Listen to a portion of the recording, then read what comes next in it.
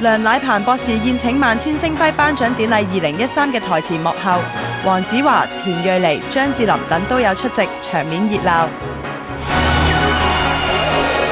呢兩個劇除咗收視鬥到難分難解之外咧，兩個男主角啊爭視帝都鬥到難分難解。但係呢晚兩個一齊同場出現嘅時候咧，竟然好似難兄難弟多啲喎。電視廣播有限公司行政主席梁乃鵬博士為萬千星輝頒獎典禮2013舉行祝捷會，宴請一眾台前幕後。視帝黃子華同獲得最受歡迎電視男角色嘅張智霖同場，再次成為焦點啊！不過佢哋唔單止冇火藥味噃，Chilam 仲即場送咗隻親筆簽名嘅新專輯俾子華，兩人都不知傾得幾咁投契。子華難得返電視城，除咗要趁機同一班同事拜年之外呢，仲有一件事要做㗎噃。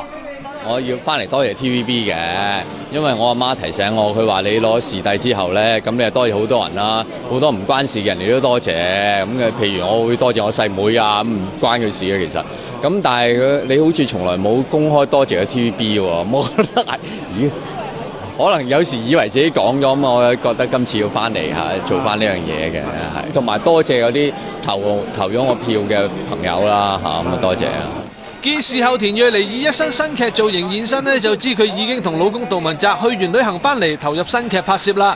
嗱，雖然阿田呢就貴為雙料視后啊，但係工作態度依然好積極嘅噃。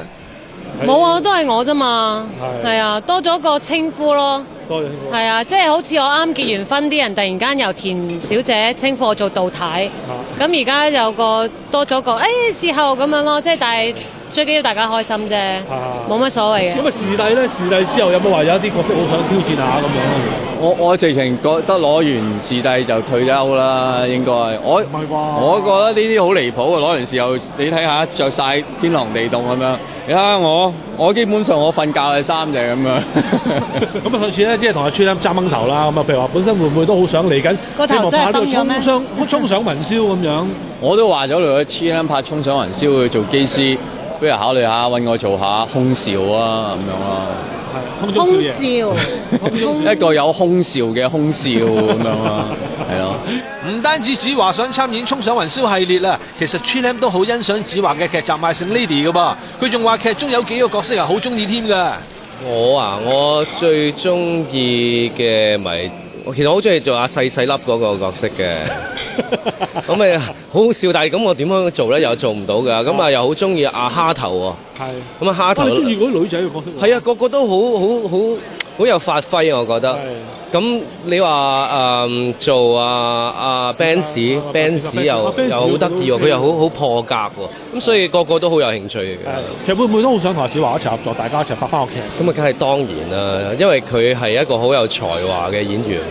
我諗佢自己親自度一啲嘅精警嘅金句嘅時候咧，即係自己係好期待嘅。其實咩類型咧？你覺得咩類型會啱你哋兩個一齊又可以發揮到特別啲咁樣？失散嘅表兄弟啊！係咯，係啊 ，OK 嘅。但係其實我就唔係好識去創作，淨係識得去演咯。咁希望創作，如果有機會就交俾佢先。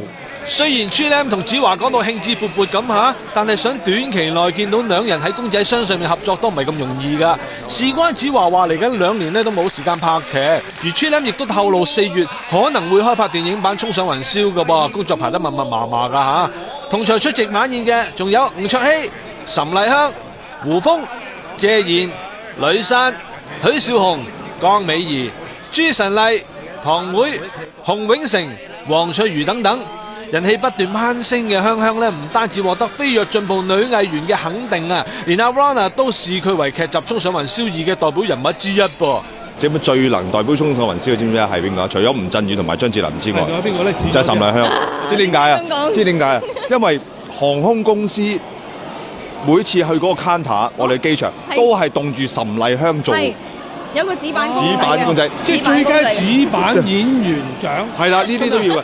Pops 都係一種獎項嚟㗎嘛。幾多時間化呢個妝，跟住個背後佢哋用咗幾多時間 Photoshop 呢個妝，跟住成個哇由頭到腳咁樣。我 keep 咗㗎，喺屋企㗎。係啊，嗰塊板啊。係啊。偷公司嘢，不過啱最能代表嘅，唔緊要，開心事嚟嘅。我都想，我拍咗《衝上雲霄》第一集到而家都拍咗成10年、12年啦，都冇一張喺 counter 我同吳鎮宇咁企喺度，即係係咪先 Captain 咁都係咪咁啊？咁真係幸福啦咁。係你真係一嚟就已經可以動塊紙牌喺度，真係。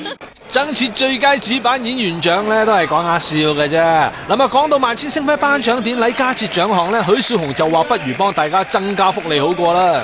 以前 TVB 我哋去供樓，譬如我哋供樓咧，我曾經享受過呢個福利，係俾係啊，幫手供㗎，係咪？我就唔 exactly， 我又唔記得幾多錢，但係咧都唔少㗎，幫手補貼俾你，補貼俾你供樓，每個月喎。係啊，或者工人公仔都讀書啊，供樓啊，供車都好啊。